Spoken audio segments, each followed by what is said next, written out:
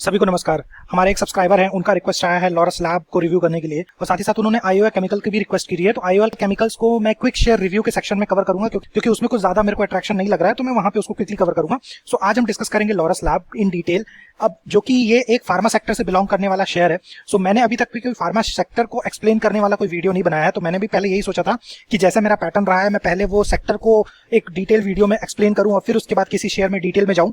क्योंकि अभी Laurus lab का रिक्वेस्ट आया हुआ है, तो लॉरस लैब को हम डेफिनेटली यहाँ डिस्कस करेंगे। लेकिन अगर आपको लगता है कि फार्मा सेक्टर का भी मेरे को एक वीडियो बनाना चाहिए काफी डिटेल में, सो प्लीज कमेंट में लिखिए फार्मा सेक्टर एनालिसिस। तो मैं कोशिश करूंगा कि फार्मा सेक्टर का भी एक वीडियो बनाने के लिए, क्योंकि उसमें काफी डिटेल होता है। हमने देखे कि कई अलग अलग तरह के फार्मा कंपनीज हैं, नेशनल, इंटरनेशनल, फिर उसमें भी फार्मा के अंदर जो प्रोडक्ट्स बनते हैं वो कई अलग अलग तरीके के बनते हैं। कई अलग अलग तरीके के मेन प्रोडक्ट्स होते हैं, फिर सब प्रोडक्ट्स होते हैं, फिर रॉ मटेरियल सप्लाईज होती है, फिर उसके बाद कई अलग अलग तरह के सर्विसेज होते हैं। सो फार्मा सेक्टर अपने आप में काफी कॉम्प्लेक्स है, तो डेफिनेटली उसका भी एक सेक्टर एनालिसिस काफी इंटरेस्टिंग होगा। तो मैंने फार्मा सेक्टर को अभी तक के इसलिए भी कवर नहीं किया था क्योंकि फार्मा से रिलेटेड कोई भी क्वेरी या कमेंट नहीं आ रहा था अभी तक के किसी भी सब्सक्राइबर का, तो मैंने अभी तक के उस सेक्टर को प्रायोरिटाइज नहीं किया है।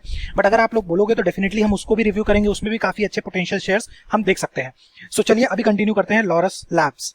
सो देखिए, यहाँ पे थोड़ी सी भी लॉरस लैब की कंपनी के डिटेल्स और उसके फंडामेंटल के डिटेल में जाने से पहले हम थोड़ा सा टॉप लाइन में फार्मा को भी समझ लेंगे, क्योंकि अभी तक हमने फार्मा को डिस्कस नहीं किया है। तो लॉरस लैब जो है वो एक तरह से एपीआईज मतलब एक्टिव फार्मास्यूटिकल इंग्रेडिएंट्स, ये वो छोटे मोटे केमिकल्स होते हैं या किसी भी तरह के फॉर्मुलेशंस होते हैं जो आगे जाकर के किसी भी मेडिसिन का फॉर्म लेते हैं। अब ये मेडिसिन के फॉर्म में कोई भी टैबलेट बन सकता है, कैप्सूल बन सकता है, इंजेक्शन बन सकते हैं। सो एपीआई आप समझ लीजिए कि वो बेसिक मटेरियल है जिससे आगे जाकर के मेडिसिन बनेगा। सो ये जो बेसिक इंग्रेडिएंट्स हैं, ये अगर देखा जाए तो एंटी रेट्रोवायरल यानी कि वायरस और वायरल से रिलेटेड जो दवाइयां हैं वो, ऑन्कोलॉजी ड्रग्स यानी कि कैंसर, उसमें हाई पोटेंट एपीआईज यानी कि जो एडवांस लेवल के कीमोथेरेपी में यूज होने वाले जो कैंसर के प्रोडक्ट्स हैं वो, कार्डियोवास्कुलर हार्ट से रिलेटेड डिजीजेस, बीपी से रिलेटेड डिजीजेस वाली मेडिसिन, गैस्ट्रोइंटेस्टाइनल डिजीजेस से रिलेटेड ये थेरेपीज बनाते हैं। तो यहाँ पे हमेशा मैं बोलता हूँ कि कुछ दो ऐसे थेरेपेटिक एरियाज हैं जो कि काफी अट्रैक्टिव रहेंगे मेडिकल इंडस्ट्री में इन टर्म्स ऑफ बिजनेस। वो रहेगा कार्डियो और ऑन्कोलॉजी। यहाँ पे दो चेकबॉक्स हो गए, कार्डियोवास्कुलर और ऑन्कोलॉजी। बट उसमें भी कई अलग अलग तरह की दवाइयां होती हैं और एपीआईज होते हैं। कई ऐसी दवाइयां हैं जो बहुत ज्यादा पोटेंट है, बहुत ज्यादा कह सकते हैं कि कारगर है बीमारियों में लेकर के, तो वो दवाइयों का ज्यादा इंपॉर्टेंस रहेगा। और फिर कुछ जनरल दवाइयां भी बनती हैं जो बहुत ही आमतौर पर यूज की जाती है बट उतनी ज्यादा असरदार नहीं होती, तो वो भी हमें देखना होगा कि अगर ये बन भी रही हैं उन सेगमेंट्स में तो उनकी वैल्यू क्या है। अब इसके बाद देखा जाए तो they also offer CMO and CDMO service. इसका क्या मतलब हुआ? सीएमओ मतलब कॉन्ट्रैक्ट मैन्युफैक्चरिंग ऑर्गेनाइजेशन। ये क्या करते हैं, किसी भी बड़ी कंपनी से ऑर्डर लेकर के, एम फॉर मैन्युफैक्चरिंग, उनके लिए कुछ भी चीज जो भी उनको बनवाना होता है वो मैन्युफैक्चर करते हैं और मैन्युफैक्चर करके बल्क में वो सप्लाई उस बड़े कंपनी को या बड़े ऑर्गेनाइजेशन को दे सकते हैं। फिर वो कंपनी उसको आगे जाकर के किसी भी दवाई के फॉर्म में बना करके मार्केट में उतारती है, वो होता है सीएमओ। फिर होता है सीडीएमओ। सीडीएमओ सर्विस का मतलब होता है contract discovery and manufacturing organisation. D for discovery. Discovery का मतलब क्या होता है कि जो भी एक फार्मा में जो दवाई बनती है उसको बनने से पहले कई टाइम तक, कई सालों तक उसके ऊपर रिसर्च चलता है, उसके ऊपर टेस्टिंग चलती है, उसको डिस्कवरी फेज बोला जाता है किसी भी दवाई को बनने से पहले। तो वो डिस्कवरी करने के लिए हर तरह के एक्सपेरिमेंट्स करने होते हैं। इन विट्रो डिस्कवरी यानी कि लैब्स में टेस्ट करना, लैब्स में उनको एक्सपेरिमेंट करना। फिर उसके बाद इन वीवो यानी कि लाइफ के फॉर्म में उन दवाइयों को टेस्ट करना, जैसे कि एनिमल टेस्टिंग होती है कई जगह। वो डिस्कवरी फेज में भी ये डिस्कवरी सर्विसेज देते हैं। यानी कि अगर कोई बड़ी कंपनी है, उसके पास कोई एक नया प्रोडक्ट या नया मॉलिक्यूल है जिसको वो टेस्ट करना चाहते हैं कि यार ये काम करेगा भी कि नहीं, तो वो अपना प्रोडक्ट इन कंपनियों को दे देते हैं डिस्कवरी करने के लिए कि भाई तुम टेस्ट करके हमें बताओ कि इसका कितना असर है इस बीमारी को लेकर के, क्या ये आगे जाकर के सक्सेस हो सकता है कि नहीं। तो वो कॉन्ट्रैक्ट डिस्कवरी होती है। फिर कॉन्ट्रैक्ट मैन्युफैक्चरिंग, जैसे कि मैंने बोला, राइट, तो वहां पे मैन्युफैक्चरिंग भी वो उसी को बड़े मात्रा में मैन्युफैक्चर करते हैं। यही वो चीज है जो हमको एक फार्मा सेक्टर में समझना चाहिए कि ये असल में होते क्या है। यहाँ से इस सर्विस के थ्रू कंपनियां कैसे अपने बिजनेस को ग्रो करती हैं। देखा जाए तो ये Laurus lab CMO and CDMO services देती है ग्लोबल कंपनीज को और बहुत सारी ऐसे दूसरी बड़ी कंपनीज को भी। अब अगर हम इनके बिजनेस सेगमेंट्स को समझे तो देखिए ये किस तरह से बिजनेस इनका आता है। इनके चार मेजर पोर्शन है जहां से इनके बिजनेस आते हैं। एक है सिंथेसिस, जहां से इनका 36% ऑफ रेवेन्यू आएगा। इसको हम समझते हैं कि ये होता क्या है। एपीआई बनाना, जो कि हमने बात करी, एक्टिव फार्मास्यूटिकल इंग्रेडिएंट बनाना, वहां से 43% इनका रेवेन्यू आता है। तो मेजर दो जो बड़े सेगमेंट्स हैं वो सिंथेसिस और एपीआई है। और फिर उसके बाद फिक्स्ड डोज फॉर्मुलेशंस, ये भी कुछ थोड़ा 19% के करीब रेवेन्यू आता है। और फिर बायो के सेगमेंट से करीब 2% ऑफ रेवेन्यू इनका आता है। इसको हम डिटेल में क्विकली समझ लेते हैं। सो सिंथेसिस सेगमेंट का मतलब हुआ कि ये कंपनी किसी भी बड़ी कंपनी के लिए CDMO contract development and manufacturing करेगी। जब भी कोई बड़ी कंपनी इनको एक छोटा मोटा कोई मॉलिक्यूल या कोई ऐसा प्रोडक्ट देंगे, छोटी मात्रा में उसकी डेवलपमेंट यानी कि उसको बनाने की कोशिश करेंगे, फिर उसको मैन्युफैक्चर करके टेस्ट वगैरह करके देखेंगे, तो वो सिंथेसिस पार्ट में आता है। दूसरा सेगमेंट जो कि हमने बोला API, तो यहाँ पे वो एक थोड़ी सी बड़ी मात्रा में, ठीक है, जिसको हम कह सकते हैं कमर्शियल लेवल पे, यानी कि टन्स में वो एक पर्टिकुलर प्रोडक्ट बना करके वो किसी और कंपनी को बेचेंगे, और वो कॉन्ट्रैक्ट बेसिस पे होता है। तो डेफिनेटली वो एक वहाँ पे डिमांड प्लान बना रहता है, डिमांड वहाँ पे एक डिमांड एंड सप्लाई का इक्वेशन रहता है कि जितने का ऑर्डर हुआ, जितने टन्स का उनको कॉन्ट्रैक्ट मिला, उतना ही उनको बनाना है। उस तरह से चीजें होती है यहाँ पे। वहाँ पे इस समय anti retroviral, anti diabetic, cardiovascular, proton pump inhibitor, oncology, इन सेगमेंट्स में ये अभी API मैन्युफैक्चरिंग कर रहे हैं। तीसरा सेगमेंट फिनिश डोजेस फॉर्मुलेशन, जैसा कि मैंने बोला कि ये अब एक पूरी तरह से एक फाइनल प्रोडक्ट होगा, एक final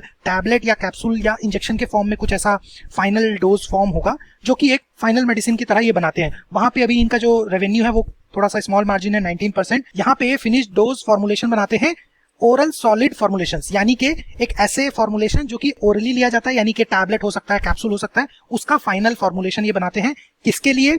LMIC, low middle income countries. इसमें आपके African countries, south Asian countries वो आ जाते हैं, नॉर्थ अमेरिका जहां पे कनाडा आ जाता है, US आ जाता है, और कुछ यूरोपियन यूनियन मार्केट्स के लिए भी ये बनाते हैं। तो देखा जाए तो यहाँ पे भी इनका एक अच्छा, आप बोल सकते हैं, डोज फॉर्मुलेशन बनाता है। फिर एक 2% का रेवेन्यू आता है इनका बायो सेगमेंट से। ये बायो सेगमेंट में they are making some innovative novel protein molecules, ठीक है, और कोई बायो मैन्युफैक्चरिंग कंपनीज के लिए ये डेवलप करते हैं, प्रोसेस डेवलप करते हैं, और किसी तरह के बायोसिमिलर और बायोलॉजिक प्रोडक्ट्स को बनाने की यहाँ पे उनको सर्विस देते हैं। ये इनका लॉरस लैब का एक बिजनेस सेगमेंट है। इसको डिटेल में समझने की जरूरत इसीलिए है क्योंकि कल को जब आप लॉरस लैब को कंपेयर करोगे किसी और फार्मा कंपनीज में, ठीक है, तो जब आपको डिसीजन लेना होगा कि मैं लॉरस लैब में इन्वेस्टमेंट करूं या किसी और कंपनी में, तब आपको ये मैटर करेगा कि कौन सी कंपनी का बिजनेस मॉडल क्या है, उनके बिजनेस सेगमेंट्स क्या है, इसलिए इसको समझना जरूरी था।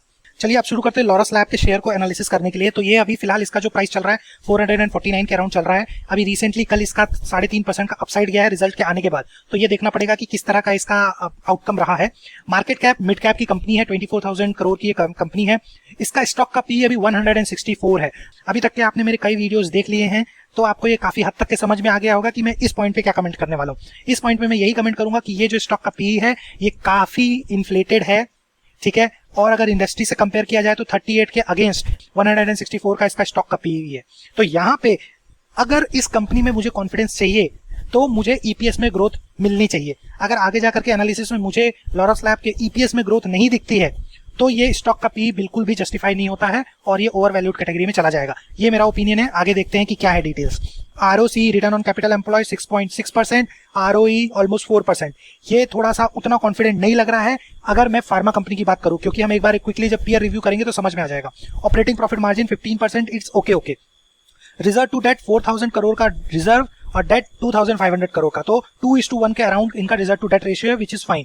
अब हम सबसे पहले पीयर कंपैरिजन कर लेते हैं, शेयर के प्राइस को बाद में देखेंगे। अब देखिए सबसे इंपॉर्टेंट बात, फार्मास्यूटिकल की जो बड़ी कंपनीज हैं और जो बाकी की भी कंपनीज हैं, अगर आप उनके ऑपरेटिंग प्रॉफिट मार्जिन देखोगे तो सबके आपको अच्छे हेल्दी ऑपरेटिंग प्रॉफिट मार्जिन दिख रहे हैं, 24, 27, 25, 20% के।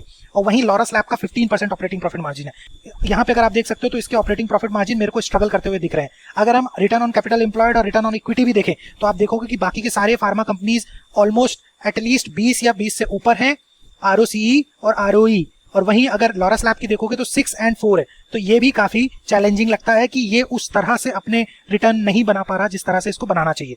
सो ये चीज तो यहाँ पे पीयर कंपैरिजन में समझ में आ गया कि कंफर्ट नहीं आ रहा है। अब हम इसके शेयर के प्राइस के ट्रेंड को देख लेते। तो यहाँ पे जब ये लिस्ट हुआ था 2017 में, तब से ये एक डाउन ट्रेंड में रहा, ठीक है। उसके बाद जब ये कोविड की वेव आई तब ये शेयर काफी हद तक के पीक किया था, ठीक है, और ये ऑलमोस्ट एक टाइम पे तो 65 का जो एक शेयर हुआ करता था वो ऑलमोस्ट 700 के अराउंड गया। तो एक काफी मल्टीबैगर रिटर्न यहाँ पे बने थे, बट उसके बाद से जो ये शेयर ने डाउन ट्रेंड देखा है तो अभी ये ऑलमोस्ट 400-450 के अराउंड चल रहा है। तो ये जो है, ये जो प्राइस का मूवमेंट हुआ है, इसके पी रेशियो को जब आप ट्रैक करोगे तब आप रियलाइज करोगे, ये ब्लू लाइंस को आप ध्यान दीजिए कि ये कोविड के टाइम पे इनके जो ईपीएस है ये काफी हद तक के ग्रोथ आई थी ईपीएस में।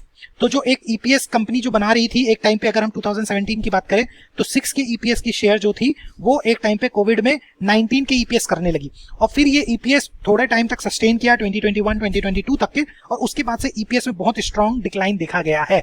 और अगर पीई की बात करें तो उसका मीडियन पीई 30 के अराउंड हुआ करता था, और जब से पिछले ऑलमोस्ट एक साल से जब इसके ईपीएस बहुत ज्यादा घट गए तो बिकॉज प्राइस में ऑलमोस्ट 50% का ही डाउनसाइड आया, लेकिन वो चीज यहाँ पे ईपीएस से सपोर्ट बिल्कुल भी नहीं हुई। और जो पीई का इन्फ्लेशन हुआ है यहाँ पे, जो पीई 37 का पीई आप जाकर के 114 112 के अराउंड चला गया है, ये पूरा पूरा आपका ईपीएस नहीं आने की वजह से है। तो ये जो पीई एक्सपेंशन यहाँ पे हुआ है, ये एक नेगेटिव एक्सपेंशन है। मैं हमेशा बात करता हूं कि ईपीएस में ग्रोथ होना किसी भी कंपनी का बेस होता है। ईपीएस ग्रोथ होनी ही चाहिए। अगर ईपीएस में ग्रोथ नहीं आ रही है तो वो फिर पीई किसी भी तरफ जाए वो उतना कॉन्फिडेंस नहीं देता। ईपीएस में जब डाउनसाइड आपको देखने को मिल रहा है, प्राइस कुछ हद तक के अपने आप को एडजस्ट करेगा, यानी कि 700 का शेयर 350 तक आया था, वो पिछले साल में वो काफी हद तक के ईपीएस के डाउनफॉल को एब्जॉर्ब करने की कोशिश किया। बट अब जो कि शेयर और इसके नीचे नहीं जा रहा है, तो पीई यहाँ पे इन्फ्लेट होकर के 112 यहाँ दिख रहा है। लेकिन फ्राइडे को इसका लास्ट वीक की रिजल्ट आया है, इसको एडजस्ट होने में टाइम लगेगा। ये 164 के अराउंड इसका पीई जाकर के अभी सेटल होगा। यहाँ पे जो क्लियर कमेंट्री मेरी आ रही है वो ये है कि प्राइस इस समय काफी इन्फ्लेटेड है एज कंपेयर टू ईपीएस। और ये जो ईपीएस जो बहुत ज्यादा शार्प डिक्लाइन हुआ है पिछले एक साल में, ये ईपीएस में ग्रोथ आनी चाहिए। अगले 3 महीने 6 महीने में ईपीएस में ग्रोथ नहीं आती है तो ये लॉन्ग टर्म इन्वेस्टर के पर्सपेक्टिव से सही नहीं लगेगा। क्योंकि एक लॉन्ग टर्म इन्वेस्टर की तरह हमको बस ये देखना चाहिए कि अगर मेरे पास 100 रुपए हैं तो क्या मैं उसको लॉरस लैब में लगाऊं या मैं किसी और ऐसे कंपनी में लगाऊं, या तो वो कोई और फार्मा कंपनी हो सकती है या तो वो कोई और मिड साइज की कंपनी हो सकती है। तो मैं वो 100 रुपए लॉरस लैब में लगाने की बजाय मैं किसी और जगह पे लगाऊं जहां पे मुझे ज्यादा कॉन्फिडेंस हो। तो यहाँ पे आगे हम देखते हैं कि क्या वो कॉन्फिडेंस डेवलप हो रहा है या नहीं। सो ये सेम चीज आपको यहाँ पे दिखेगी कि इनके जो एनुअल सेल्स हुए हैं, ठीक है, वो पिछले साल 5000 के करीब हुआ था, 5000 करोड़ के करीब हुआ था। उसके पहले 6000 करोड़, 5000 करोड़, 4800 करोड़ एंड 2800 करोड़। सो ये जो यहाँ पे रेवेन्यू की डबलिंग हुई थी, तो ये डेफिनेटली काफी हद तक के कोविड और कोविड से रिलेटेड जो फार्मा में मूव आया था, फार्मा में जो एक्स्ट्रा सेल्स हुए थे, वो उसका इंपैक्ट यहाँ पे आया है। सेकंड इंपैक्ट अगर आप देखोगे तो इनके मार्जिन्स, इनका मार्जिन एक टाइम पे 32 के अराउंड पीक किया, जो कि इस कंपनी के लिए कभी भी हिस्ट्री में 32 का मार्जिन नहीं आया है। तो इसका मतलब ये है कि ये कंपनी 32 के मार्जिन के टाइम पे अपने हेडविंड्स की तरफ थी। ये हेडविंड्स और टेलविंड्स का कॉन्सेप्ट मैंने केमिकल सेक्टर के वीडियो में डिस्कस किया था। तो जब मार्जिन अपने आप में पीक कर गया है किसी भी कंपनी के लिए, तो उसका सस्टेन कर पाना फ्यूचर में पॉसिबल नहीं हो पाता है और वो डाउन ट्रेंड में आने की कई हाई चांसेस रहते हैं। सेम चीज यहाँ पे हुई, इनके मार्जिन श्रिंक होकर के 15 के रेंज में चले गए। अब यहाँ से अपटेक कैसा आएगा ये हमको आगे कमेंट्री में समझना पड़ेगा कि कैसे वहां पे मार्जिन को लेकर के कमेंट्री है। सो सेम चीज आपको ईपीएस में दिखेगी। ईपीएस जो 1.7 का होता था 4 गया, 18, 15, 14 ये यहाँ पे पीक किया था इनका ईपीएस, और फिर उसके बाद वापस से 2 और 3 के अराउंड इसका ईपीएस लैंड कर रहा है। सो जो प्रॉफिट ग्रोथ है पिछले 3 सालों में काफी डाउन जा चुकी है। 45% इसका प्रॉफिट वाइप ऑफ हो चुका है, लेकिन उस हिसाब से स्टॉक का प्राइस भी 45% डाउन जाना चाहिए था 3 साल में, जो कि नहीं गया है। और यही वजह है कि पीई जो है अभी इतने टॉप पे बैठा है। अगर ये 3 साल में 45 जितना प्रॉफिट में लॉस हुआ, उतना ही लॉस यहाँ पे स्टॉक के प्राइस में हो गया होता, और जो पिछले ट्रेडिंग 12 मंथ्स में 74% का प्रॉफिट लॉस हुआ है, और वहां पे स्टॉक का भी प्राइस अगर 75% वाइप ऑफ हो गया होता, तो अभी इसका पीई इतना ज्यादा फिर नहीं होता, 30-40 के अराउंड ये पीई होता, राइट। सो कहने का मतलब ये है कि जब भी प्रॉफिट में इस तरह का डाउनफॉल आ रहा है, वो अगर स्टॉक के प्राइस में एडजस्ट नहीं हुआ है, तो 2 चीजें हो सकती हैं। या तो मार्केट आगे जाकर के एक अच्छा ईपीएस ग्रोथ एक्सपेक्ट कर रहा है, वो हम देखेंगे कि क्या सच में ऐसा कोई सिनेरियो है या नहीं, और दूसरा, या तो फिर मार्केट इसको नीचे नहीं आने दे रहा और यहाँ पे एक तरह का बबल जैसा क्रिएट हो रहा है, जो कि स्टॉक को हाई पीई के मल्टीपल पे ट्रेड करवा रहा है, और वो एक काफी ओवर वैल्यूएशन वाला सिनेरियो होता है। लास्ट टाइम हम इस सेगमेंट में बात कर लेते हैं शेयर होल्डिंग पैटर्न की। तो शेयर होल्डिंग पैटर्न मेरे को काफी स्टेबल लग रहा है। 27% promoter, 25% FII, 13% DII and public 35% कह रहा हूँ। पिछले ऑलमोस्ट 1 साल से सेम शेयर होल्डिंग पैटर्न है, तो वहां पे कोई भी कंसर्न तो नहीं है। अब यहाँ पे आगे बढ़ने से पहले हमें ये भी समझ लेना चाहिए कि लॉरस लैब जो है वो एसेट हैवी कंपनी है, यानी कि इनके बहुत सारे मैन्युफैक्चरिंग प्लांट्स हैं, रिसर्च प्लांट्स हैं, और एक काफी हद तक के इनको मेंटेन करना और उस पर फ्यूचर में कैपेसिटी एक्सपेंशन करना भी इंपॉर्टेंट हो जाता है। तो हम ये नहीं बोल सकते कि बिजनेस पूरी तरह से डाउनसाइड की तरफ चला गया है। ये भी हो सकता है कि कंपनी अपने मैन्युफैक्चरिंग और कैपेक्स में कुछ प्लानिंग कर रही हो और वहां पे पैसे खर्च कर रही हो, तो वो यहाँ समझने की कोशिश करेंगे इस सेगमेंट में। अभी इनके जो पूरे टोटल D+M यानी कि डिस्कवरी एंड मैन्युफैक्चरिंग साइट्स हैं वो टोटल 14 है। इस 14 में से एपीआई बनाने वाली जो इनकी साइट्स है वो है 8, और सीडीएमओ बनाने वाली जो इंक्लूसिव साइट्स है वो है 6, एफडी फिक्स्ड डोज फॉर्मुलेशन की साइट्स है इनकी 1, और बायो से रिलेटेड जो इनकी साइट्स है वो है 2, और R&D रिसर्च एंड डेवलपमेंट की इनकी 5 साइट्स हैं, और मार्केटिंग ऑफिस इनकी यूरोप एंड यूएस में है। तो अगर आप देखेंगे तो इंडिया में इनके काफी वेल स्प्रेड अलग अलग तरह पे इन्होंने अलग अलग तरह की फैसिलिटी बनाई हुई है। बेसिकली इनकी जो इंडिया के विशाखापट्टनम में है वहां पे इनके ज्यादा साइट्स अवेलेबल हैं जहां पे एपीआई और सीडीएमओ के बिजनेसेस हैं, और फिर हैदराबाद में इनके बेसिकली काफी अलग अलग तरह के साइट्स इन्होंने डेवलप किए हुए हैं, जो कि एपीआई और साथ ही साथ रिसर्च R&D को लेकर के एक न्यू R&D कैपेसिटी यहाँ पे ये डेवलप कर रहे हैं, ऐसा यहाँ दिख रहा है। और बैंगलोर में इनके 2 साइट्स हैं और कानपुर में जीन थेरेपी की रिसर्च एंड डेवलपमेंट की साइट यहाँ पे कानपुर में ये डेवलप कर रहे हैं। तो ये इनके फिलहाल के लिए देखने वाले प्लांट्स दिख रहे हैं। अब इसी के साथ साथ अगर हम इनके कैपेक्स प्लान को समझने की कोशिश करें तो देखिए CDMO वाइजैग में यानी कि विशाखापट्टनम एरिया में एनिमल हेल्थ को लेकर के इनके कुछ 2 ऐसे प्रोजेक्ट्स चल रहे हैं जहां पे ये अपनी कैपेसिटी एक्सपेंशन करेंगे और क्रॉप साइंस में ये मैन्युफैक्चरिंग फैसिलिटी मिड स्केल में बना रहे हैं। तो यहाँ पे पॉइंट नोट करने वाली ये है कि ये अभी उस सेगमेंट में अपने कैपेसिटी एक्सपेंशन कर रहे हैं जहां से अभी इनका मेन बिजनेस सेगमेंट्स नहीं है। जैसे कि हमने बात करी थी, एनिमल हेल्थ में इनका फिलहाल कोई बिजनेस नहीं है, क्रॉप साइंस यानी कि एग्रीकल्चर रिलेटेड इनका फिलहाल कोई बिजनेस नहीं है, वहां पे इन्होंने कैपेसिटी एक्सपेंशन अभी उस सेगमेंट में करना शुरू किया है। तो कहने का मतलब ये है कि ये उनके लिए एक नया बिजनेस सेगमेंट डेवलप होगा आगे जाकर के। अब देखने वाली बात ये होगी कि ये कितना टॉप लाइन लाता है, किस तरह के मार्जिन्स रहेंगे और किस तरह के इनके बॉटम लाइन में इनको कंट्रीब्यूशन मिलेगा, वो आगे जाकर के हमें समझना पड़ेगा। अदरवाइज देखा जाए तो वाइजैग में ही उनका एक माइक्रोबियल फर्मेंटेशन का एक और प्लांट ये डेवलप कर रहे हैं जो कि क्लिनिकल डेवलपमेंट में और लार्ज स्केल फर्मेंटेशन में कैपेसिटी प्रोवाइड करेगा। बैंगलोर में भी एक बायो रिलेटेड इनका फर्मेंटेशन प्लांट ये डेवलप कर रहे हैं। हैदराबाद में एक R&D सेंटर जो हमने जस्ट बात करी, small molecule and high potent molecule को यहाँ पे रिसर्च एंड डेवलपमेंट ये यहाँ पे करेंगे। और वाइजैग में एक फिक्स डोज फॉर्मुलेशन का एक और इन्होंने प्लांट्स को एक्सपैंड कर रहे हैं जहाँ पे स्मॉल मॉलिक्यूल की पैकेजिंग लाइन पर ये एक्सपेंशन करेंगे टैबलेट्स और कैप्सूल को लेकर के। तो ये वाला वो पॉइंट है, ये वाला उनका सेगमेंट है जो कि फॉर्मुलेशन का बिजनेस सेगमेंट जहाँ से ऑलमोस्ट 19% का इनका रेवेन्यू आता है, ये उस सेगमेंट में फिलहाल यहाँ पे इनके एक्सपेंशन होगा। तो अगर आप देखेंगे तो इनके जो ये पर्पल कलर का जो सेगमेंट है ये न्यू कैपेसिटी इनकी डेवलप हो रही है और साथ ही साथ ये जो ग्रीन कलर का है ये अभी कमिंग ऑनलाइन रहेगा इस समय आगे आने वाले FY25 में, यानी कि हैदराबाद का R&D सेंटर। तो देखा जाए तो कैपेसिटी एक्सपेंशन के प्लान्स इनके दिख रहे हैं, राइट, और ये भी एक काफी हद तक का इंपैक्ट करता है इनके मार्जिन्स को नीचे लाने में। अब अगर हम ये समझे कि पिछले 2 सालों में इन्होंने किस तरह के कैपेक्स प्लान किए हैं तो ऑलमोस्ट 2600 करोड़ 2600 करोड़ का इन्होंने कैपेसिटी एक्सपेंशन ऑलरेडी कर रखा है FY22, 23 एंड 24 में। पिछले 3 सालों में इस हद तक के इन्होंने कैपेसिटी एक्सपेंशन किया है जिसमें कि ऑलमोस्ट 76% API और CDMO बिजनेस में किया हुआ है। तो इनका जो कोर बिजनेस है वहां पे ऑलमोस्ट 76% अगर हम इसका अंदाजा लगाएं तो ये करीब 2100 करोड़ का इन्होंने एक्सपेंशन ऑलरेडी किया हुआ है API और CDMO बिजनेस में, और ड्रग प्रोडक्ट से रिलेटेड वहां पे 24% का इन्होंने कैपेक्स किया है। अब ये बात हम दोबारा यहां से रिलेट करने की कोशिश करेंगे। पिछले 3 सालों में जो इन्होंने टॉप लाइन डेवलप करी है ऑलमोस्ट समझ लीजिए 5000-6000 करोड़ पर ईयर ये रेवेन्यू बना रहे थे, उसमें से 26 करोड़ रुपए ये ऑलरेडी अपने API और CDMO बिजनेस में इन्होंने कैपेक्स कर लिया है। अगेन यहाँ पे अट्रैक्टिव पॉइंट ये बनता है कि ये जो पिछले 3 सालों में कैपेक्स हुआ है ये आगे आने वाले समय में किस तरह से इनके रेवेन्यू को और इनके बॉटम लाइन को पॉजिटिवली इंपैक्ट करेगा, वहां से इसकी ग्रोथ देखी जा सकती है। अब नेक्स्ट में यहाँ पे आपका अटेंशन की डिमांड करूंगा वो ये कि जो हम देख रहे हैं कि ऑपरेटिंग प्रॉफिट मार्जिन पिछले 2 सालों में काफी हद तक कम हुआ है, ठीक है। अब यहाँ से हमको एक काफी अच्छी इंफॉर्मेशन देखने को मिलेगी।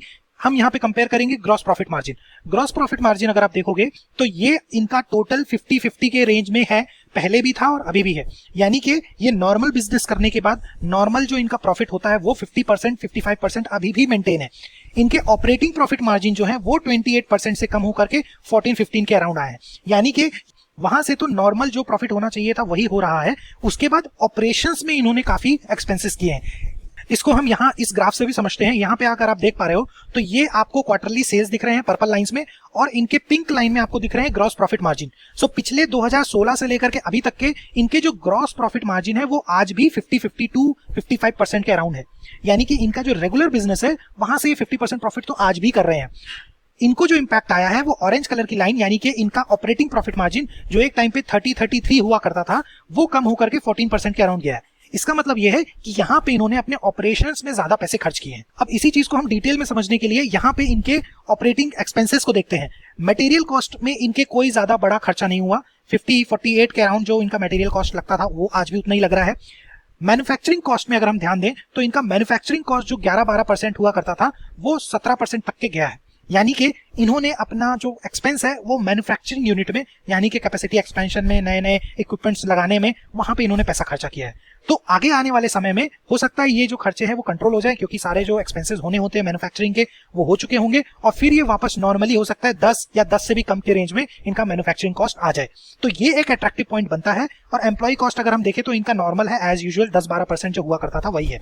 तो कहने का मतलब ये है इनके मार्जिन जो इंपैक्ट हुए हैं वो खास करके इसीलिए हुए हैं क्योंकि इनके मैन्युफैक्चरिंग कॉस्ट में इन्होंने ज्यादा पैसा खर्चा किया। सो अब हम बात कर लेते हैं कि इनका फ्यूचर किस तरह से दिखता है। तो देखिए यहाँ पे क्लियरली अगर हम रेवेन्यू फोरकास्ट देखें तो पिछले इस साल जो इन्होंने रेवेन्यू किया है 5000 करोड़ का, पिछले साल इन्होंने 6000 करोड़ के करीब किया था, तो वहां से इनका काफी कम रेवेन्यू इस साल हुआ है और 2022 में भी अराउंड 5000 करोड़ का किया था। अब जो फ्यूचर यहाँ से दिख के आ रहा है, हो सकता है FY25 में एस्टिमेट है कि ये 5400 करोड़ का बिजनेस करेंगे टॉप लाइन, और FY26 में 6800 करोड़ का यहाँ पे बिजनेस होगा। तो कहने का मतलब ये है कि 5000 से 6800 तक के इनका करोड़ का बिजनेस जा सकता है। तो ये एक अच्छी ग्रोथ मानी जाएगी टॉप लाइन में।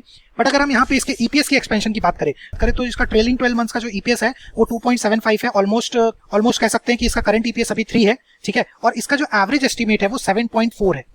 अब यहाँ पे बात नोटिस करने की ये है कि the EPS is expected to grow by 150% in FY25।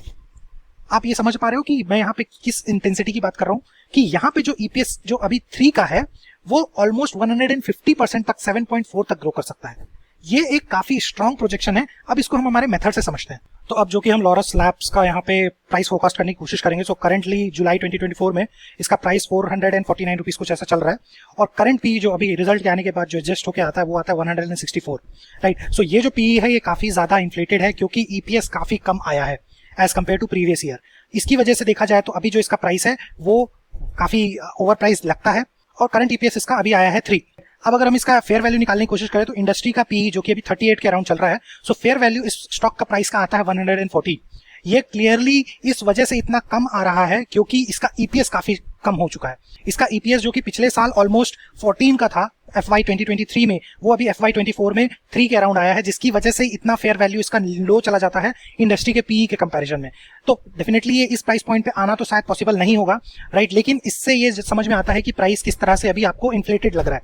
अब इसको हम ऐसे भी समझते हैं क्योंकि जैसे कि हमने अभी जस्ट इसकी बात करी कि ईपीएस की फ्यूचर फोरकास्ट जो है वो 3 का ईपीएस 7.4 जा सकता है। 7.4 अगर इसका ईपीएस ग्रोथ होती है यानी कि 140-150% की इसमें ईपीएस ग्रोथ पॉसिबल है।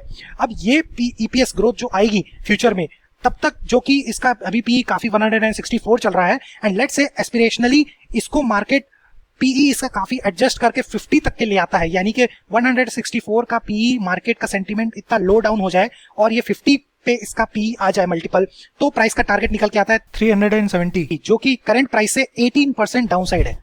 लेकिन यहाँ पे देखने वाली बात ये होगी कि जो 164 का पीई है वो ड्रास्टिकली तुरंत तो 50 नहीं आएगा अगले 4 क्वार्टर में, ठीक है, तो ये ग्रेजुअली ही कम होगा। एंड अगर मैं ये एस्टिमेट करूं कि सेंटीमेंट के हिसाब से मार्केट स्टिल इसको 90 का पीई मल्टीपल अगर देता है, ठीक है, तो जाकर के इसका प्राइस टारगेट आता है 666, यानी कि करंट प्राइस से ऑलमोस्ट 48% 50% का अपसाइड दिखता है।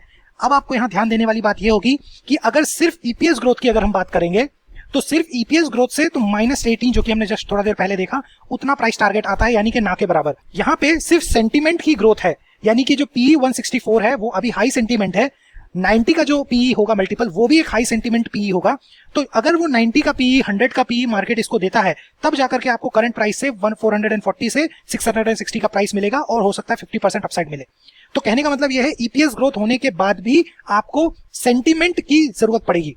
पीई का जो यहाँ पे आप 90 का पीई देख रहे हो, ये मार्केट का सेंटीमेंट पॉजिटिव होना चाहिए, तो जाकर के आपको यहाँ पे ग्रोथ मिलेगी ईपीएस में ग्रोथ होने के बाद भी। तो यहाँ पे मैं 1 मिनट और लूंगा कि एक कॉन्सेप्ट को समझाने के लिए कि देखिए होता क्या है कि हर शेयर की अपनी एक कहानी होती है। आप एक ही तरीके से एक ही मेथड से हर शेयरों को एनालाइज नहीं कर सकते, और यहाँ लॉरस लैब हमको वही सिखा रहा है कि किस तरह से कि ईपीएस ग्रोथ इतनी स्ट्रांग होने के बाद भी आपको सेंटीमेंट के बेसिस पे आपका यहाँ पे ग्रोथ डिपेंड करती है। अगर मार्केट इसको ग्रोथ नहीं देगा, सेंटीमेंट पी मल्टीपल 90 का नहीं देगा, इंडस्ट्री का पी जो कि 38 है, अगर मार्केट बोलता है कि नहीं हम इसको हाई मल्टीपल नहीं देंगे, 38 का मल्टीपल देंगे, तो प्राइस हो जाएगा 281 रुपीज, जो कि करंट प्राइस से 37% डाउनसाइड हो जाएगा। तो आप यहाँ पे देखिए कि ईपीएस में ग्रोथ आना तो जरूरी ही है, राइट। सो सबसे पहला चीज लॉरस लैब में अगले आने वाले 3 क्वार्टर 4 क्वार्टर में हमको हर क्वार्टर में ईपीएस ग्रोथ चाहिए। अगर वो ईपीएस ग्रोथ नहीं आएगी तो डेफिनेटली शेयर जो है वो स्ट्रगल करेगा।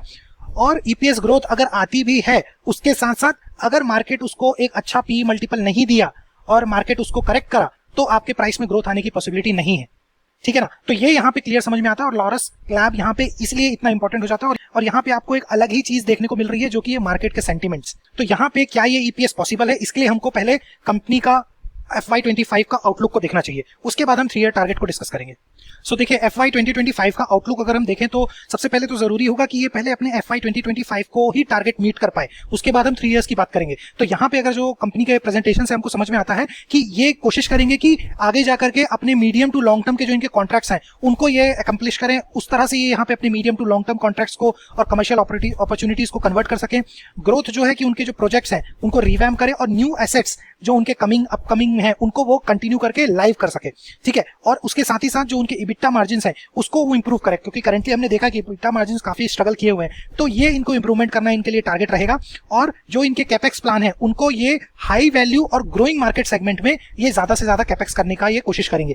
Improvement in net date leverage and working capital, यानी कि जो उनके डेट हैं और जो वर्किंग कैपिटल है उसको वो प्रॉपर तरीके से इंप्रूव कर सके और यूटिलाइज कर सके। तो ये काफी थियोरेटिकल लग रहा है ये आउटलुक, बट अगर यहाँ पे इंडिकेटिव बात करें तो यहाँ पे कोई नंबर्स तो डेफिनेटली यहाँ पे क्लियरली ये नहीं दिख रहे हैं, बट इनका रफ एस्टिमेट है कि जो 23 में इनके मार्जिन है 26 और FY 24 में जो इनके मार्जिन हो गए 16, वो एक्सपेक्ट टू इंप्रूव है। यानी कि यहाँ पे कोई नंबर गाइडेंस क्लियरली हमको नहीं दिख रही है। अगर यहाँ से नंबर इंप्रूव नहीं होते हैं तो स्टॉक डेफिनेटली स्ट्रगल करेगा। अब हम कोशिश करते हैं कौन कॉल में कुछ पकड़ने की। सो यहाँ पे स्पेशली हम टारगेट करेंगे कि मार्जिन को लेकर के कॉन कॉल्स में क्या चीजें निकल के आ रही हैं। तो FY 25 के आउटलुक के लिए जो मैनेजमेंट है वो कमेंट्री करते हैं कि we are prioritising efforts to improve our operating margin, particularly increasing the asset utilization across our network and delivering on few of our late phase commercial NCE new chemical entity opportunities। यानी कि यहाँ पे ये लोग efforts अभी लगाने वाले हैं कि किस तरह से ये आगे आने वाले जो इनके कमर्शियल प्रोजेक्ट्स हैं उनको वो कंप्लीट कर सके और ज्यादा से ज्यादा अपने मार्जिन को इंप्रूव कर सके। We also expect pricing headwinds in the parts of API portfolio but which we believe will offset from volume increase and continued cost improvement measures. So कहने का मतलब यहाँ पे ये है कि इनका ये भी मानना है कि प्राइसिंग का जो हेडविंड्स है, यानी कि जो प्राइसिंग इनके टॉप पे चला गया है API पोर्टफोलियो में, वो चीज ये यहाँ पे देख सकते हैं कि शायद थोड़ा सा ऑफसेट होगा, बट उसके साथ ही साथ वॉल्यूम में इंक्रीज होने की वजह से वो चीज ऑलमोस्ट बैलेंस हो जाएगी। बट मार्जिन्स के लिए क्लियरली यहाँ पे भी मेरे को कोई कमेंट नहीं समझ में आ रहा। सो अगेन यहाँ पे भी मेरे को काफी थियोरेटिकल लग रहा है रिस्पॉन्स। सो डेफिनेटली यहाँ पे मुझे क्वांटिफाइड नंबर चाहिए ताकि मेरे को शेयर में मोर कॉन्फिडेंस आए। अब ये जो इनका कॉन्स कॉल था वो अप्रैल के मंथ का रिलीज है। सो अभी रिसेंट जो इनका जुलाई का मंथ का ट्रांसक्रिप्ट है वो अपलोड नहीं हुआ है, तो ये जब भी आएगा तो आई थिंक अगर आप इन्वेस्टेड हो तो आपको वो चीज डिटेल में जरूर से समझनी चाहिए। सो अब जो यहाँ पे मेरे को एक चीज जो पकड़ में आई नंबर के पर्सपेक्टिव में अगर मैं बोलूँ तो एक क्वेश्चन था कि EBITDA margin can improve meaningfully and go beyond 20 once again only once this synthesis and bio contribution increases fairly significantly. तो वहां पे मैनेजमेंट का कमेंट्री था यस, एंड अगर उसको हम फर्दर पढ़ें तो slightly higher CMO contribution in this quarter, but यहाँ पे एडिशनल पॉइंट है कि directional stand point to go beyond 20 we need a CDMO synthesis जो कि ऑलरेडी आ रहा है business, plus bio to increase meaningfully. ये क्वेश्चन है, यानी कि जो इनका बायो का जो सेगमेंट है वो अभी सिर्फ 2% का रेवेन्यू सेगमेंट है, अगर वहां से कंट्रीब्यूशन बढ़ेगा तो क्या हम बियॉन्ड 20 जाएंगे, ये क्वेश्चन है। तो वहां पे मैनेजमेंट का कमेंट्री अगेन है यस। अब इसी पॉइंट को और कंटिन्यू करके एक और चीज मैं थोड़ा डिटेल में पढ़ूंगा एंड मेरे को पूरा भरोसा है आपको ये वाले सेगमेंट में काफी मजा आने वाला है। यहाँ पे क्वेश्चन आया था कि I think you said that CDMO sales from crop protection and CGT यानी कि cell and gene therapy sales would not be part of next 1 to 2 years, ठीक है। Even animal health sales would be after FY 27, ऐसा question आया हुआ है। So with the same amount of CDMO sales, can we assume EBITDA margin for the next 1 to 2 year would be in the same range यानी कि 14-15, or there is a potential to increase EBITDA margin? So ये question आया हुआ है। तो clearly यहाँ पे question जो आ रहा है वो ये आ रहा है कि जो अदर बिजनेस जो इन्होंने अभी ओपन किया है एनिमल का और क्रॉप का, एग्रीकल्चर का, वहां से सेल्स तो आने नहीं वाली, तो क्या आपके मार्जिन बढ़ेंगे, ये उनका क्वेश्चन है। तो यहाँ पे मैनेजमेंट बोलते हैं कि I mention that crop science and cell and gene no revenue will come from FY 25, यानी कि FY 25 में यानी कि अगले आने वाले 12 महीने में कोई बड़ा सेल्स इन नए वेंचर से नहीं आने वाला, while the animal health revenue will come in FY 25 itself। But जो एनिमल हेल्थ है वहां से थोड़ा सा हो सकता है टॉप लाइन में एक अपसाइड देखा जाए, but the peak revenues in animal health will be in FY 27। थोड़ा बहुत छोटा मोटा रेवेन्यू आएगा, बट जो पीक है वो FY 27 में आएगा, यानी कि अभी से 3 साल के बाद। अभी जो देखो यहाँ पे काफी कुछ क्लियर हो रहा है कि जो इन्होंने पिछले 3 सालों में कैपेक्स प्लान किया हुआ है एनिमल हेल्थ में, एग्रीकल्चर और क्रॉप साइंस में, सेल एंड जीन में, इन सब का रेवेन्यू अभी नहीं आने वाला। इस धोखे में नहीं रहना, इन सब का रेवेन्यू आने वाला है FY 27 में। आज से 3 साल बाद उसका टॉप लाइन रेवेन्यू आएगा। ये यहाँ पे क्लियरली आपको गाइडेंस दिख रही है। इसका मतलब क्या है, क्या कोई फ्यूचर में हम EBITDA मार्जिन में कोई नंबर एक्सपेक्ट कर सकते हैं? देन यहाँ पे मैनेजमेंट बोलते हैं I think we don't want to give a specific number, we hope that EBITDA margin will improve, but see we are not taking any new initiative यानी कि हमारे तरफ से कोई भी स्पेसिफिक नंबर हम नहीं दे रहे हैं, मतलब यानी कि जो 14-15% का जो मार्जिन है वो 16 होगा, 18 होगा, 20 होगा, इसका नंबर कोई भी क्लियर गाइडेंस नहीं है, ठीक है। और इससे आने वाले समय में EBITDA मार्जिन इंप्रूव तो होगा, लेकिन ये कह रहे हैं कि जो भी नया इनिशिएटिव इन्होंने लिया है एग्रीकल्चर में, एनिमल हेल्थ में, वहां से कुछ ज्यादा इंप्रूव होने की पॉसिबिलिटी इनको नहीं लग रही। People are there at all these new factories, so any sales coming from extra sales should add into EBITDA margin। अब अगर कुछ भी नया आएगा तो डेफिनेटली वो मार्जिन में ऐड होगा। सो यहाँ पे जो मैं आपको अटेंशन में लेने की कोशिश कर रहा था, यही चीज हमें पकड़नी होती है कि हमें पहले ये समझ में आ गया कि मार्जिन स्ट्रगल कर रहे हैं इस कंपनी में, ठीक है, और ईपीएस की ग्रोथ दिख रही है, ये भी हमने देख लिया। हमने क्लियरली बोला था कि अगर मार्जिन इंप्रूव नहीं होंगे तो आप अपने हाई एंड वाले ईपीएस को अचीव नहीं कर पाओगे। हमने ये वाला जो ग्राफ देखा था जहां पे एक एवरेज एस्टीमेट है, एक लो एस्टीमेट है और एक हाई एस्टीमेट है, राइट। ये एवरेज एस्टीमेट आप एवरेजली अचीव कर लोगे, लेकिन अगर आपने मार्जिन को इंप्रूव कर लिया तो हो सकता है आप हाई एस्टीमेट को अचीव कर लो, ठीक है। लेकिन अगर आपके मार्जिन स्ट्रगल किए और सेल्स भी स्ट्रगल किया तो हो सकता है आप लो एस्टीमेट में ही लैंड करेंगे। तो ये चीज होती है समझने वाली बात कि कितना रिस्क इन्वॉल्व है बिजनेस को लेकर के। तो यहाँ पे जो कि मेरे को क्लियरली यहाँ दिख रहा है कि कोई भी कॉन्फिडेंट कमिटमेंट नहीं है मार्जिन को लेकर के, तो यहाँ पे मेरा कॉन्फिडेंस थोड़ा सा लो हो जाता है मेरे प्रोजेक्शंस में। अब अगर हम वापस आ जाएं कि हमारे मेथड और हमारे कॉन्सेप्ट पे, तो देखिए सबसे पहले तो FY25 का ही चैलेंज है। अगर FY25 में मेरे प्राइस टारगेट मीट नहीं होते हैं तो 3 इयर्स की हम क्या ही बात करेंगे, ठीक है ना। सो FY25 में क्लियर गाइडेंस समझ में आ गया है कि ईपीएस जो है वो, चलिए अगर हम मान भी लें कि ग्रोथ हो जाती है, ठीक है, पहली चीज इसको ग्रो होने के लिए सेल्स भी करना है, मार्जिन भी इंप्रूव होने चाहिए, और जो हमने मैनेजमेंट कमेंट्री में समझ ली कि हमको कॉन्फिडेंस नहीं आ रहा है, बट फिर भी चलिए मान लीजिए कि ईपीएस ग्रोथ आ गई। उसके बाद मार्केट का जो सेंटीमेंट है वो मैंने ऑलरेडी बात किया कि 164 का जो मार्केट सेंटीमेंट है वो कितना पॉजिटिवली मेंटेन रहता है। अगर वो मेंटेन रहेगा 190 तक जाएगा तो हो सकता है थोड़ा सा प्राइस में अपसाइड मूवमेंट आए। अदरवाइज अगर देखा जाए तो आइडियली मार्केट इसको पनिश कर सकता है, कभी भी किसी भी तरह का प्रेशर, कभी भी किसी तरह का सेक्टर के प्रेशर में या डाउन ट्रेंड में मार्केट इसको पनिश करके हो सकता है कि इतना एस्पिरेशनल पी ना दे, राइट। अब अगर हम 3 इयर्स की बात करें तो FY27 में उन्होंने क्लियरली बोला कि हाँ जो इनके नए नए इनिशिएटिव्स है वहां से सेल्स आना शुरू हो जाएगा, और जब वहां से सेल्स आएगा तो डेफिनेटली ईपीएस में हम एक ग्रोथ एक्सपेक्ट कर सकते हैं। एंड ये 40% का यहाँ पे हम एक्सपेक्टेशन लेके चलेंगे, बिकॉज इनका पिछला 5 साल का जो ईपीएस ग्रोथ है वो 40% का रहा है। तो ये 40% के ईपीएस के ग्रोथ के हिसाब से जो करंट ईपीएस है 3 का, वो ग्रो करके हो सकता है 14.5, और एस्पिरेशनल पी अगर उस समय मार्केट इसको 50 का देता है देन हमारा प्राइस लैंड करता है 725, जो कि करंट प्राइस से 62% है। अब यहाँ पे मैं वापस से बोलूंगा कि ये पूरी तरह से एजुकेशनल और अवेयरनेस के लिए है, ये इसलिए है ताकि आप कंपेयर कर सको। देखिए लॉरस लैब किस तरह का शेयर है, ये एक मिड कैप का शेयर है, फार्मा सेक्टर से बिलोंग करता है, ठीक है। और इस कंपोनेंट को अगर आप कंपेयर करोगे कि अगर लेट से अगर आपको इन्वेस्टमेंट करना है किसी भी एक मिड कैप कंपनी में, ठीक है, और उसके हिसाब से अगर आप देखोगे कि लॉरस कितना रिटर्न दे सकता है, कितने सारे एक्सटर्नल इंटरनल फैक्टर्स हैं जो कि इसके प्राइस के फोरकास्ट को डिपेंड करते हैं, ये चीज आपको कंपेयर करनी चाहिए किसी और मिड कैप में जो आप इन्वेस्ट करना चाहते हो। तो ये चीज काफी हेल्पफुल हो जाती है कि एक शेयर को हम दूसरे शेयर के साथ कंपेयर कर सके, और इसीलिए मैं ये अवेयरनेस की तरह एक सेशन बनाता हूं ताकि आपको पोटेंशियल समझ में आ सके और हम कंपेयर कर सके कि ये प्राइस आज के प्राइस से कहां जा सकता है। सो डेफिनेटली कोई भी इन्वेस्टमेंट एडवाइस नहीं है यहाँ पे, बाई सेल रिकमेंडेशन कुछ भी नहीं है। आप यहाँ पे सेल्फ रिसर्च कीजिए और अपने फाइनेंशियल एडवाइजर से पूछिए। सो यहाँ पे अगर मैं जनरली बोलूं तो there are lot many of factors that must go in favour of Laurus lab so that the price can move towards the positive side. यहाँ पे ईपीएस ग्रोथ भी आपको चाहिए, यहाँ पे मार्केट का सेंटिमेंट सपोर्ट भी आपको चाहिए, आपके EBITDA मार्जिन यानी कि आपके फाइनेंशियल इंडिकेटर्स भी स्ट्रांग होने चाहिए, ROC ROE में पॉजिटिविटी आनी चाहिए, और कैपेक्स जो कि इन्होंने पिछले 3 सालों में किया है वो FY27 तक के एक अच्छे मार्जिन के साथ टॉप लाइन देना शुरू करे। तो इसमें काफी ऐसे मल्टीपल फैक्टर्स हैं जो कि अगर कुछ भी चीज इधर से उधर हुई तो ये जो टारगेट हम यहाँ पे बनाने की कोशिश कर रहे हैं ये टारगेट अचीव शायद ना हो, क्योंकि ये सारा कुछ ईपीएस की ग्रोथ पे डिपेंड करता है। तो एक और जो दूसरा सोर्स है वहां से भी हम इसको वेरीफाई कर लेते हैं। करंट जो इसका अभी ईपीएस चल रहा है, ठीक है, इसका 2.7 यानी कि 3 के अराउंड इसका ईपीएस चल रहा है, और इस सोर्स के अकॉर्डिंगली FY27 में जो इसका ईपीएस आ सकता है वो है 13.2 से लेकर 17.8, और सेम चीज हमने प्रोजेक्ट की है 14.5 के अराउंड।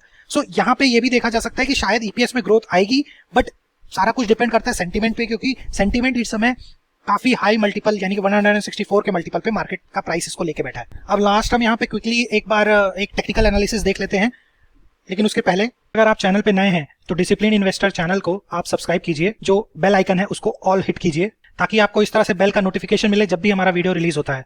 सो यहाँ पे क्लियरली हमने देख लिया ऑलरेडी, एक जो रैली आई हुई थी, ठीक है, उसमें ये काफी ओवर प्राइस हो चुका था, 700 के अराउंड इसने टच किया, बट अभी यहाँ से देख सकते हैं ऊपर से एक यहाँ पे रेजिस्टेंस है और नीचे से एक बेस जो कि हम मान सकते हैं 300 के अराउंड इसका बेस है। सो ये एक ट्रायंगल का फॉर्मुलेशन यहाँ पे हम एक्सपेक्ट कर सकते हैं इन फ्यूचर। ऊपर जाने के लिए मेरे को तो अब यहाँ पे कोई रीजन नहीं लग रहा, ठीक है। ना ही इसके पास पीई एक्सपेंशन की अपॉर्चुनिटी है, ईपीएस ग्रोथ की अपॉर्चुनिटी है, लेकिन जब तक ये हर क्वार्टर में ईपीएस ग्रोथ नहीं दिखाएगा तब तक ये ऊपर की तरफ नहीं जाएगा, ठीक है। और डाउनसाइड इसका फिर अभी यहाँ पे फ्री फॉल दिखता है एटलीस्ट 300 तक के। सो यहाँ तक तो हम डेफिनेटली इसका यही रेंज एक्सपेक्ट करेंगे और हाई चांसेस है कि ये 300 को भी नीचे से ब्रेक करे, क्योंकि जैसे कि मैंने बताया कि इसका एक जो नियर टर्म में है वो एक डाउनसाइड मेरे को दिखता है। अगर एक पॉजिटिव ईपीएस और अगले आने वाले क्वार्टर में, यानी कि जो अभी रिसेंट रिजल्ट आया है उसके ट्रांसक्रिप्ट में कोई मार्जिन का लिए कोई कमिटमेंट अगर नहीं आता है और आगे फ्यूचर में भी नहीं आता है, तो डेफिनेटली यहाँ पे कोई पॉजिटिविटी नहीं आएगी। एंड मेरा ये पर्सपेक्टिव रहेगा कि शायद इसमें उतना स्ट्रेंथ फिलहाल के लिए शॉर्ट टर्म में नहीं दिखता। अगर कुछ आता भी है कोई रैली, वो पूरी तरह से एक तरह से सेंटीमेंट ड्रिवन होगा, फैक्ट ड्रिवन, फंडामेंटल ड्रिवन नहीं होगा। ये मेरे ऑब्जर्वेशंस हैं। सो अगर मैं यहाँ पे समरी बोलूँ तो देखिए, अगर आप इसमें ऑलरेडी इन्वेस्टेड हैं और ये अगर आपका बहुत हैवी वेट है आपके पोर्टफोलियो का, तो आपको इसको हर मंथ ट्रैक करना चाहिए कि क्या ऊपर नीचे हो रहा है। और अगर आप नॉर्मल है, मीडियम 5% आपका पोर्टफोलियो का साइज है, तो आपको एवरी क्वार्टर इसके रिजल्ट को ट्रैक करना चाहिए, क्योंकि काफी हद तक ये डिपेंड करता है कि हर क्वार्टर में किस तरह की कमेंट्री आती है। और अगर अभी तक के आप इन्वेस्टेड नहीं है तो आई थिंक आपको और अपॉर्चुनिटीज भी देखनी चाहिए।